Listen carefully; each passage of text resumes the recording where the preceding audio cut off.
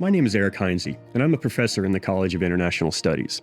I study international law and institutions, international human rights, and ethics in international affairs. In doing so, I tackle the big questions, such as, why do states commit atrocity crimes like genocide and crimes against humanity? What responsibilities do other states and organizations have to try and prevent such crimes? When is it lawful or ethical for countries to try and use force to try and stop such crimes? My interest in these topics goes back to my own experience as an undergraduate, which was a time when the world was emerging from the Cold War period and there wasn't a clear and obvious set of foreign policy challenges like there had been for previous generations facing the Soviet threat. So it was in the years after the Cold War, the 1990s, that we witnessed a new sense of enthusiasm and promise for international institutions like the UN, the proliferation of human rights and democracy, and the tremendous expansion of global trade and commerce.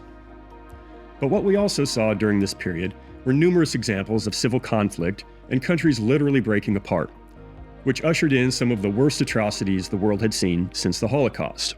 So I began my time in graduate school trying to make sense of these seemingly contradictory trends in world affairs. And as events in world affairs have unfolded over the years, these topics are just as relevant as they have ever been.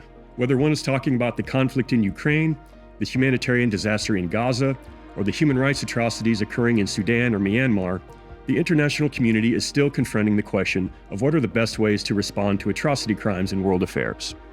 As it turns out, one of the biggest obstacles to responding to atrocity crimes is international law, especially if the response is going to entail the use of military force.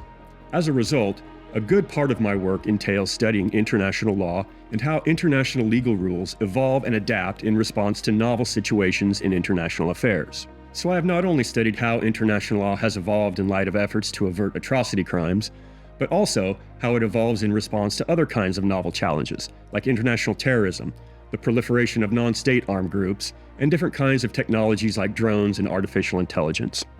I look forward to tackling these and other related topics with new students as they pursue the wide variety of careers and opportunities that our different majors can lead them to.